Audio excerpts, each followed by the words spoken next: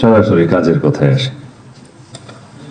মাননীয় প্রধানমন্ত্রী, বাংলাদেশ পুলিশের অপারেশনাল কার্যক্রম, ট্রাফিক ব্যবস্থাপনা এবং অন্যান্য কাজে স্বচ্ছতা বাড়াতে বডি অন ক্যামেরার ব্যবহার আমরা বাড়াতে চাচ্ছি। এই ক্ষেত্রে কিছু বডি অন ক্যামেরা আমাদের আছে। আমরা ভবিষ্যতে সকল পর্যায়ে যাতে বডি অন ক্যামেরা ব্যবহার করে রেকর্ডেড রাখতে পারি সব বিষয়ে, তদন্ত, অপারেশন, সমস্ত কার্যক্রমে, সেই জন্য ব্যবস্থা নেব। জাতিসংঘের মানদণ্ড অনুযায়ী ন্যূনতম বল প্রয়োগ নীতির বিষয়ে পুলিশ সদস্যদের প্রশিক্ষণ প্রদান করা হচ্ছে। এক্ষেত্রে আপনারা সবাই দক্ষ পেশাদার পুলিশ অফিসার্স। আপনাদেরকে স্মরণ রাখতে হবে মানবাধিকারের বিষয়টি এখন অত্যন্ত গুরুত্বপূর্ণ, কিন্তু তাই বলে আপনারা অপরাধ কার্যক্রম বন্ধ করতে গেলে বা কমাতে গেলে বা প্রসিকিউশন টিমকে সহযোগিতা করতে গেলে তদন্ত কার্যক্রম যাতে সুষ্ঠুরূপে পরিচালিত হয়, সেজন্য আপনারা কৌশলে যা যা করতে হয় সেরকম মানবাধিকারকে সমুন্নত রেখে সকল কার্যক্রম চালাবেন। সড়ক, মহাসড়ক, নৌপথ, রেলপথ, শিল্প ও কলকারখানা এবং দেশের গুরুত্বপূর্ণ স্থাপনের নিরাপত্তা নিশ্চিত করার পাশাপাশি রোহিঙ্গা ক্যাম্প, যেটা এফডিএম এর নামে পরিচিত, অন্তত স্পর্শকাতর স্থানীয়, বাংলাদেশ পুলিশ দক্ষতার সাথে দায়িত্ব পালন করছে। এখানে 4টা লেয়ারের নিরাপত্তা ব্যবস্থা আছে। প্রথম এপিবিএন, তারপরে পুলিশ, এরপরে সম্ভবত কোস্টগার্ড, বিজিবি, তারপরে বাংলাদেশ সেনাবাহিনী। অপারেশনাল ছাড়া অন্যান্য কার্যক্রমে প্রাথমিকভাবে আমাদের পুলিশিং ব্যবস্থায় যা যা আছে সেটা করি। অপারেশনের ক্ষেত্রে আমাদের যৌথ অপারেশনের ব্যবস্থা সিদ্ধান্ত গৃহীত হয়েছে, আপনারা সিনিয়র অফিসাররা সবাই জানেন। বর্ডার এরিয়ায় বিজিবি তার ভূমিকা পালন করবে সেই জায়গায়। নৌ পুলিশ এবং কোস্টগার্ড সীমান্ত, যেহেতু নাফ নদী এবং আদার্স এরিয়া আছে, সেখানে পালন করবে। নেভি সমুদ্র দায়িত্ব পালন করবে। ইন ডিটেইল আপনারা জানেন, আপনারা এই কমিউনিকেশনটা ডিসেমিনেট করবেন টু দি লোয়েস্ট লেভেল। পর্যটন শিল্পের উন্নয়নে পর্যটকদের নিরাপত্তা নিশ্চিত করতে টুরিস্ট পুলিশের সক্ষমতা বাড়ানো হচ্ছে। এখানে আমরা এখনো সুনাম অর্জন করতে পারিনি।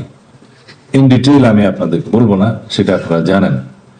এখানে আমাদের দেশের ভাবমূর্তির বিষয়টি জড়িত। টুরিস্ট পুলিশের যিনি সিনিয়র অফিসার রেসপন্সিবল, উপরে তো আইজিপি আছে, আপনারা আবার একটা সমন্বিতভাবে উদ্যোগ গ্রহণ করবেন যাতে আমাদের দেশের ভাবমূর্তি বৃদ্ধি পায় এবং পর্যটকের সংখ্যা বৃদ্ধি পায়।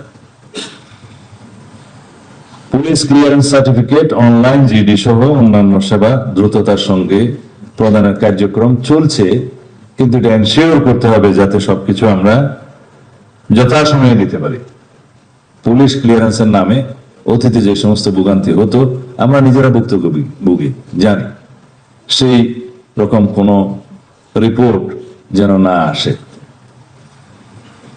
প্রিয় সহকর্মীবৃন্দ, বর্তমান পরিবর্তনশীল বিশ্ব এবং আমাদের সামাজিক বাস্তবতায় পুলিশিং আর কেবল অপরাধ দমনের মধ্যে সীমাবদ্ধ নেই। আপনাদের জনগণের সঙ্গে আস্থা ও বিশ্বাসের সম্পর্ক গড়ে তুলতে হবে। তাই আধুনিক পুলিশিং ডক্ট্রিন অনুযায়ী আপনাদের প্রতি আমাদের সুনির্দিষ্ট কিছু প্রস্তাবনা আছে। তার সাথে আপনাদের যে সমস্ত বক্তব্য এসছে, প্রস্তাবনা আছে, সেগুলো আমি অ্যাড্রেস করব এবং মাননীয় প্রধানমন্ত্রীর কাছে সুপারিশ আকারে প্রদান করব এখন বক্তব্যের মাধ্যমে। আপনারা এখানে লিখেছেন পুলিশকে হতে হবে জনগণের প্রকৃত বন্ধু। সেটা আপনারা নিজেরা যাতে বুকে হাত দিয়ে বলতে পারেন সেরকম পুলিশিং ব্যবস্থা গড়ে তুলবেন আশা করি। প্রতিটি থানায় আগত সেবা প্রার্থী যেন কোনো প্রকার হয়রানির ছাড়া আইনি সহযোগিতা পায় তা নিশ্চিত করতে হবে। মনে রাখবেন, আপনাদের প্রতিটি আচরণ যেন রাষ্ট্রীয় সেবকের প্রতিফলন হয়। পুলিশই জনতা, জনতাই পুলিশ, এই স্লোগানকে কেবল মুখে নয় কর্মে বাস্তবায়ন করতে হবে। এটা কারা লিখেছে আমি জানি না এই লাইনটা। আপনারা যে জনবান্ধব পুলিশ সেটা প্রমাণ করার জন্য আপনাদের সামনে আরো সুযোগ আছে, সময় আছে। আশা করি আপনারা এটা হৃদয়ে ধারণ করবেন, যাতে জনগণ মনে করে এই স্লোগানটা সত্য, পুলিশই জনতা, জনতাই পুলিশ। যে কোনো ভাবে হোক, প্রাতিষ্ঠানিক ভাবে আমাদেরকে কিছু বিষয়ে বিব্রত হতে হয়েছে, সেটা কাটিয়ে ওঠার জন্য আপনারা যথেষ্ট চেষ্টা করেছেন বিগত 2-2.5 মাসে এই গণতান্ত্রিক সরকারের অধীনে, এবং ভাবমূর্তি আপনারা সমুন্নত করতে পেরেছেন বলে আমরা বিশ্বাস করি। এটাকে আপনারা ধরে রাখবেন। তবে আমার দৃষ্টিতে এটা অ্যাচিভমেন্ট অনেক বাকি আছে, খুশি হওয়ার কোনো কারণ নেই, অনেক বাকি আছে, আপনারা চেষ্টা করবেন। গতানুগতিক পদ্ধতির বাইরে এসে আধুনিক প্রযুক্তি ও সঠিক গোয়েন্দা তথ্য বিশ্লেষণের মাধ্যমে অপরাধের পূর্বানুমান এবং প্রতিরোধ গুরুত্ব দিতে হবে। এখানে আমি বলতে চাই যে আমরা অপরাধ সংঘটিত হওয়ার পর ব্যবস্থা নেই, যেটা রিয়েক্টিভ।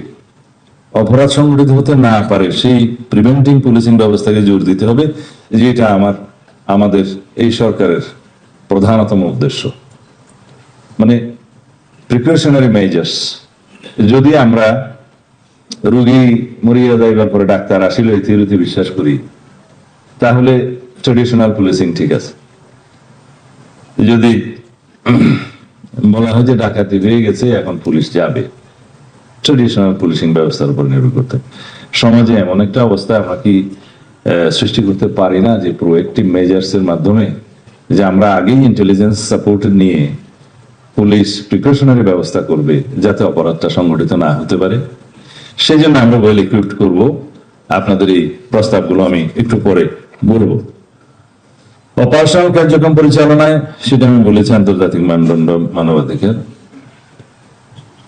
বর্তমান যুগে অপরাধের বড় একটি অংশ ডিজিটাল প্ল্যাটফর্মে স্থানান্তরিত হয়েছে। সাইবার অপরাধ, গুজব এবং অপপ্রচার রোধে আপনাদের প্রযুক্তিগত সক্ষমতা বাড়াতে হবে, এখানে আমি কথা বলবো। ডেটা অ্যানালিটিক্স এবং ডিজিটাল ফরেনসিকের সর্বোচ্চ ব্যবহারের মাধ্যমে অপরাধীদের শনাক্ত করতে হবে। এই লক্ষ্যে উন্নত বিশেষায়িত প্রশিক্ষণের জন্য যারা প্রস্তাব করেছেন, সিলেট ও বরিশাল বিভাগে 2টি পুলিশ ট্রেনিং সেন্টার এবং চট্টগ্রামে বিশেষায়িত প্রশিক্ষণ প্রতিষ্ঠান স্থাপন করা, সে বিষয়ে আমি একটু পরে কথা বলবো। ব্যক্তিগত সততা এবং প্রাতিষ্ঠানিক স্বচ্ছতার কোনো বিকল্প নেই। দুর্নীতির বিরুদ্ধে আমাদের জিরো টলারেন্স নীতি বজায় রাখতে হবে। বাহিনীর শৃঙ্খলার সাথে কোনো আপোষ করা হবে না। আপনাদের প্রতিটি পদক্ষেপ যেন বাহিনীর ভাবমূর্তি উজ্জ্বল করে, সেদিকে সজাগ দৃষ্টি রাখতে হবে। চেইন অফ কমান্ড যারা ব্রেক করবেন, তাদের বিরুদ্ধে আমি মন্ত্রণালয়ে যোগদান করার পরের দিনই মেসেজ দিয়েছি, তাদের বিরুদ্ধে মেজার্স নেওয়া হবে। চেইন অফ কমান্ড আপনারা বজায় রাখবেন, ডিসিপ্লিন বজায় রাখবেন। যে কোনো দুর্নীতির অভিযোগ আমরা তো as per rule disciplinary action নেব, কিন্তু আপনাদের সবাইকে স্মরণ করিয়ে দিতে চাই, আপনাদের প্রতিষ্ঠান হিসেবে এটাকে আমরা এমন একটা অবস্থায় নিতে চাই যেখানে আমরা দুর্নীতিকে কোনোভাবেই প্রশ্রয় দেব না। তৃণমূল পর্যায়ে অপরাধ দমনে স্থানীয় জনগণের সাথে বন্ধন তৈরি করুন। বিট পুলিশিং কার্যক্রমকে আরো গতিশীল করে পাড়ায় মহল্লায় অপরাধীদের অভয়ারণ্য গড়িয়ে দিতে হবে। মাদক, সন্ত্রাসবাদ এবং উগ্রবাদের বিরুদ্ধে সামাজিক প্রতিরোধ গড়ে তুলতে হবে।